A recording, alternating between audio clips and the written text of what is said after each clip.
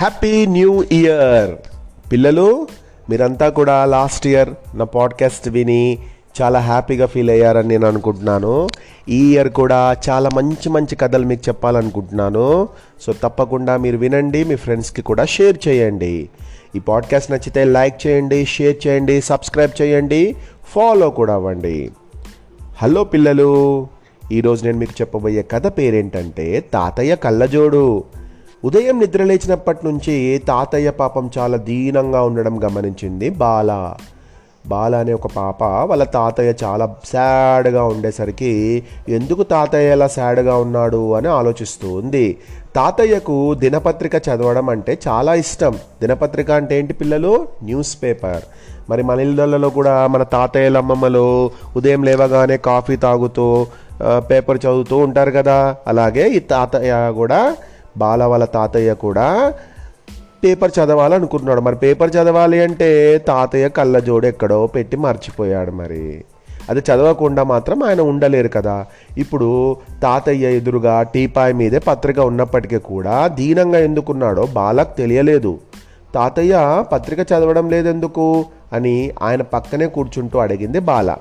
నా కళ్ళజోడు కనబడడం లేదురా బంగారు తల్లి, ఎక్కడ పెట్టానో నాకు గుర్తు రావడం లేదు అని చెప్పాడు తాతయ్య.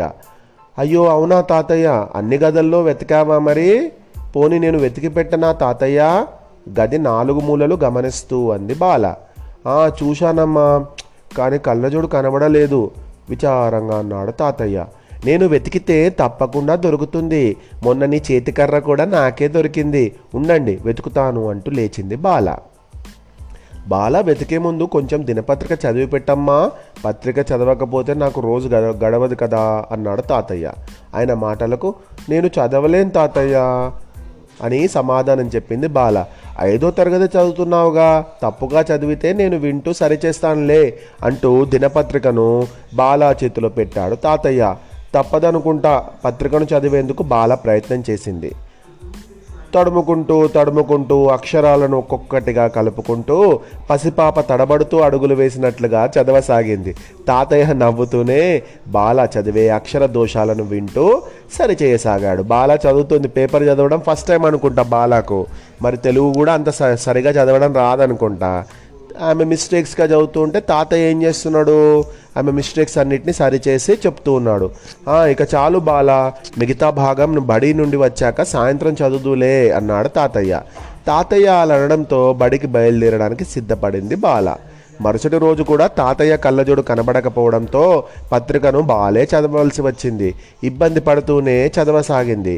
టీవీలో వార్తలు వింటే పత్రిక చదవాల్సిన అవసరం లేదు కదా తాతయ్య అని బాల సలహా ఇస్తున్నట్లుగా చెప్పింది.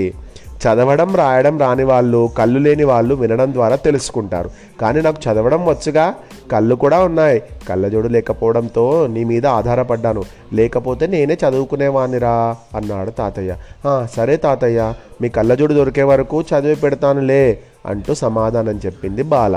ఇలా ప్రతిరోజు ఉదయమే తాతయ్య అడగకుండానే దినపత్రిక చదివి పెట్టడం బాల యొక్క దినచర్యలో భాగమైంది. ఆ రోజు జనవరి 1వ తారీఖు 2021 సంవత్సరం వెళ్ళిపోయి 2022 వచ్చేసింది. ఈ రోజులాగా నూతన సంవత్సర శుభాకాంక్షలు అని బాలే స్వయంగా కాగితం మీద రంగురంగుల పెన్సిళ్లతో తాతయ్యకు రాసిచ్చింది.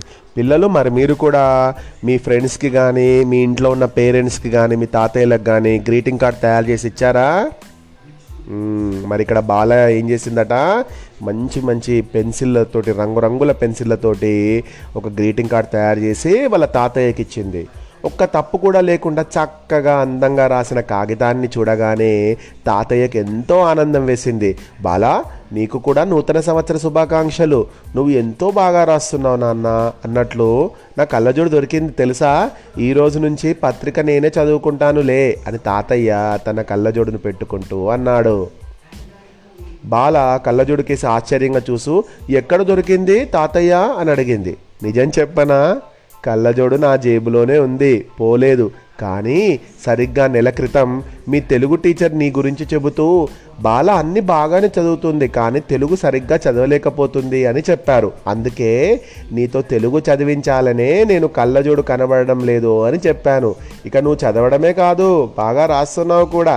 ఇక ఈ రోజు నుంచి నిన్ను ఇబ్బంది పెట్టనులే, పత్రిక కూడా నేనే చదువుకుంటాను అంటూ కళ్ళజోడు పెట్టుకున్నాడు తాతయ్య. తాతయ్య, నీకు కళ్ళజోడు దొరికినా సరే పత్రిక మాత్రం నేనే చదువుతాను. ఇప్పుడు నాకు చదవడం కష్టం కాదు కదా, ఎంతో ఇష్టం అంటూ అలవాటులో భాగంగా పత్రికను చదవసాగింది. మా బాల బంగారం అంటూ తాతయ్య బాలను మెచ్చుకున్నాడు. పిల్లలు మనం ఏదైనా పని చేయాలి అని నిశ్చయంగా అనుకుంటే ఖచ్చితంగా ఆ పని మనకు చాలా ఈజీ అయిపోతుంది. పాడగా పాడగా రాగం అభివృద్ధి చెందుతుంది. వినగా వినగా ఏదైనా ఒక పాట కూడా మనకు వచ్చేస్తుంది. అట్లాగే తింటే తింటే చేదు కూడా తీయగా అనిపిస్తుంది అనే ఒక పద్యం ఉంది. అలాగే ఏదైనా పనిని మనం చేస్తూ ఉంటే ఎంతటి కష్టమైన పనైనా కూడా మనకు చాలా సులభంగా చేసుకోవచ్చు అన్నమాట. మరి మీరు కూడా ఈ న్యూ ఇయర్లో ఏదో ఒకటి మీకు కష్టమైన పనిని నేర్చుకొని దాన్ని చాలా ఇష్టంగా మలుచుకునేటట్టు మీరు ప్రయత్నం చేయండి. ఖచ్చితంగా ఈ సంవత్సరంలో మీకు ఆ పని వచ్చేస్తుంది. All the best. ఇంతటి చక్కటి కథను రాసిన వారు కేవి లక్ష్మణరావు గారు. వన్స్ అగైన్ మీ అందరికీ నూతన సంవత్సర శుభాకాంక్షలు. Happy new year. ఏ రేయాన్ష్, ఒకసారి ఇలా రా, మన ఫ్రెండ్స్కి అందరికీ హ్యాపీ న్యూ ఇయర్ చెప్దురా. చింటూ బాబు,